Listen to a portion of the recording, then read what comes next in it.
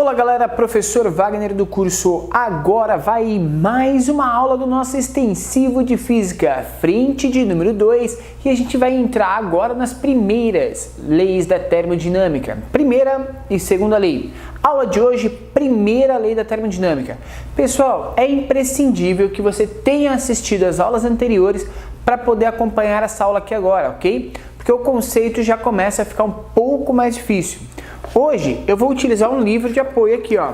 Então o nosso livro de apoio de hoje é o livro do Guimarães, Piqueira e Caron, que é o Física 2, material que foi disponibilizado nas escolas públicas do estado de São Paulo, tá? Matéria de divulgação da editora Ática, certo? Porque eu quero trazer para você o conceito de primeira lei da termodinâmica. A primeira lei da termodinâmica ela está diretamente relacionada ao princípio de conservação de energia. Ok? Se você assistiu a nossa aula do dia 1º de maio, 2 de maio, a gente falou um pouco sobre essa relação de conservação de energia, do trabalho realizado pelas partículas.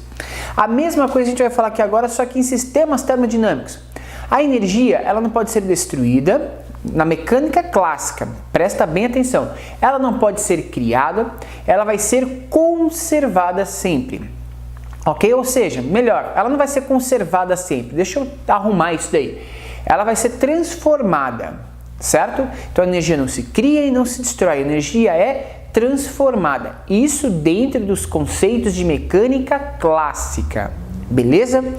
Elementos importantes que a gente vai analisar no sistema termodinâmico que a gente vai estudar são o seguinte: a quantidade de energia, que a gente vai representar pela letra Q, trocada pelo sistema com o meio exterior. Então, por exemplo, eu tenho um recipiente e toda a energia trocada entre esse recipiente, o conteúdo que está lá dentro, com o meio exterior, a gente vai chamar de quantidade de energia.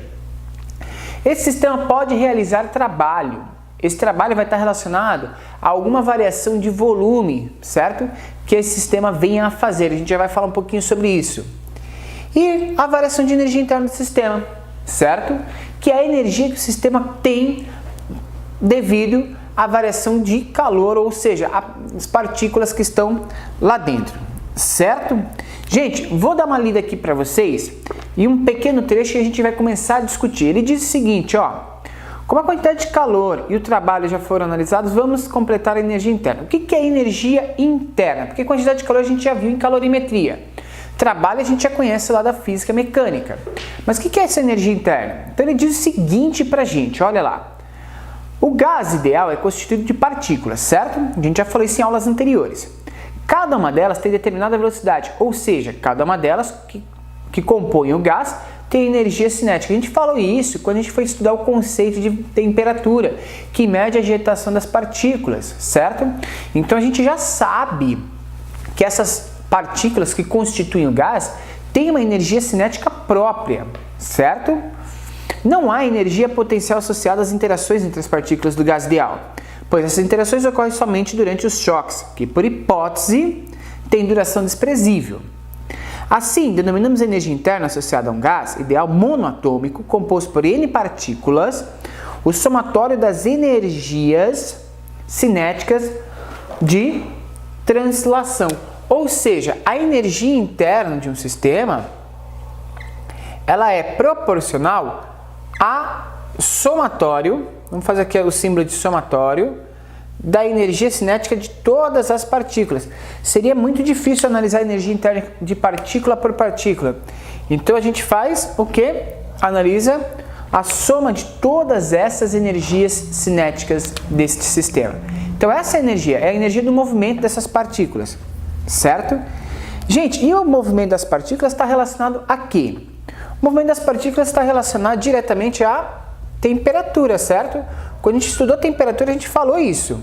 Então você concorda que se eu tiver uma variação de temperatura maior que zero, eu vou conseguir aumentar a energia desse sistema? Então isso aqui também vai ser maior que zero.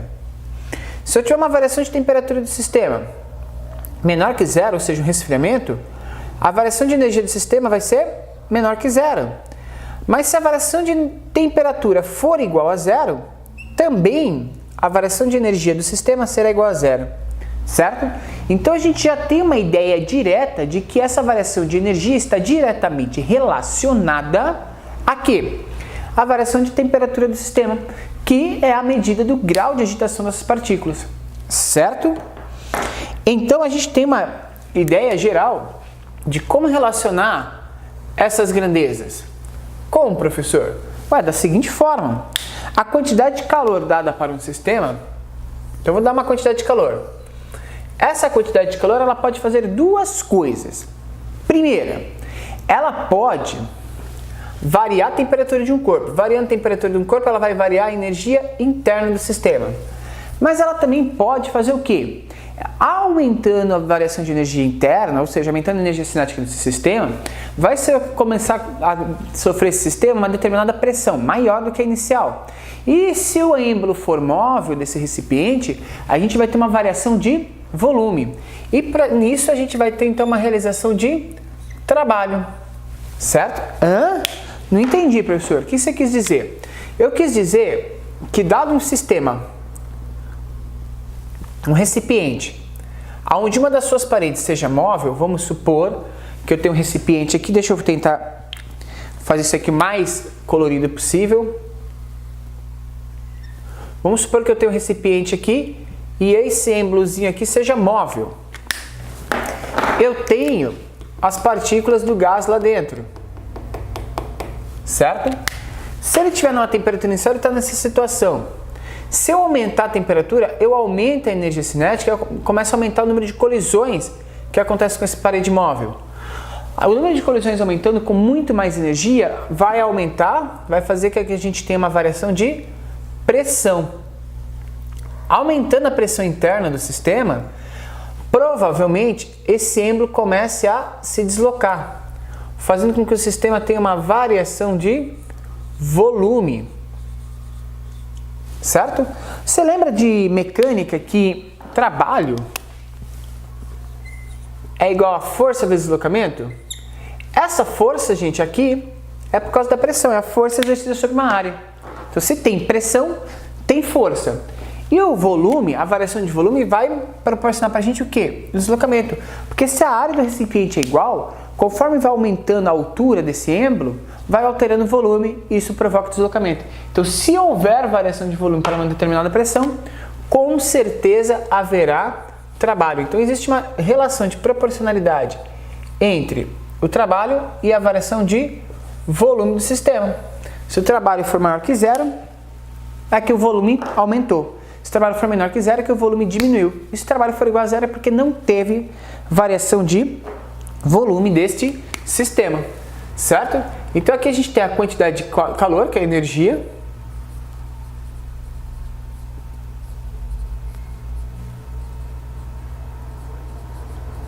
Aqui a gente tem a energia interna.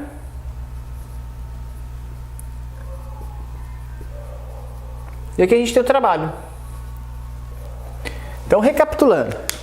Conforme eu forneço uma quantidade de energia para o sistema, uma quantidade de calor para esse sistema, 3.000, 4.000, 5.000 calorias, e eu posso analisar isso em unidades do sistema internacional, ou seja, em joules, parte dessa energia vai variar a energia interna do sistema, fazendo com que o sistema aqueça, ok? E outra parte pode ser relacionada ao trabalho. Por exemplo, panela de pressão. Você colocou uma panela de pressão na chama do fogo. Quando você coloca a panela de pressão, ela começa a chiar imediatamente? Não, né? O que você está fazendo? Você está mandando calor para esse corpo, aumentando a quantidade de calor, fornecendo calor. Quando você fornece calor, imediatamente você começa a variar a energia interna desse sistema, começa a aumentar a temperatura lá dentro. Conforme vai aumentando essa temperatura lá dentro, o grau de agitação das partículas aumentando, vai tendo mais colisões com muito mais força de impacto por causa do aumento da energia, e isso faz com que essa força de impacto maior provoque uma variação de volume no pino. E aí começa a gerar pressão e começa a movimentar aquele pininho, certo? Ou seja, com uma variação de volume, começa a realizar um trabalho naquele sistema, certo? É assim que, por exemplo, funciona uma panela de pressão, obedecendo ao princípio da primeira lei da termodinâmica, certo? Que é isso aqui que a gente está falando. Então, toda vez que eu falar para vocês, você vai ter que analisar isso comigo, que a quantidade de calor é a quantidade de energia fornecida para o sistema. Beleza, professor, até aí tranquilo. A variação de energia está diretamente relacionada à temperatura. Para um gás monatômico, até consigo passar para vocês a equação. A variação de energia é igual a 3 meios de N, N é o número de partículas existentes no sistema, no gás, R, que é a constante dos gases, vezes a variação de temperatura.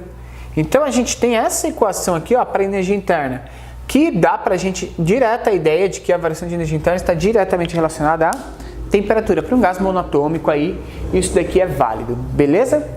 Número de mols, constante dos gases, certo?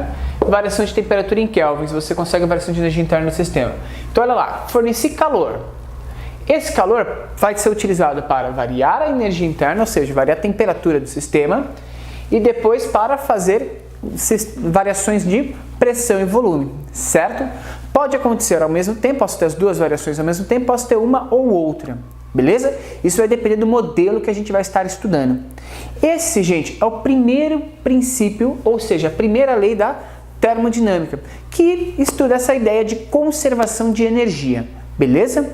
Espero que você tenha gostado dessa aula. Se você curtiu, dá um like, deixa os seus comentários e na próxima aula a gente retorna para avançar um pouco mais nesse estudo. Valeu e até a próxima aula, galera. Abraço!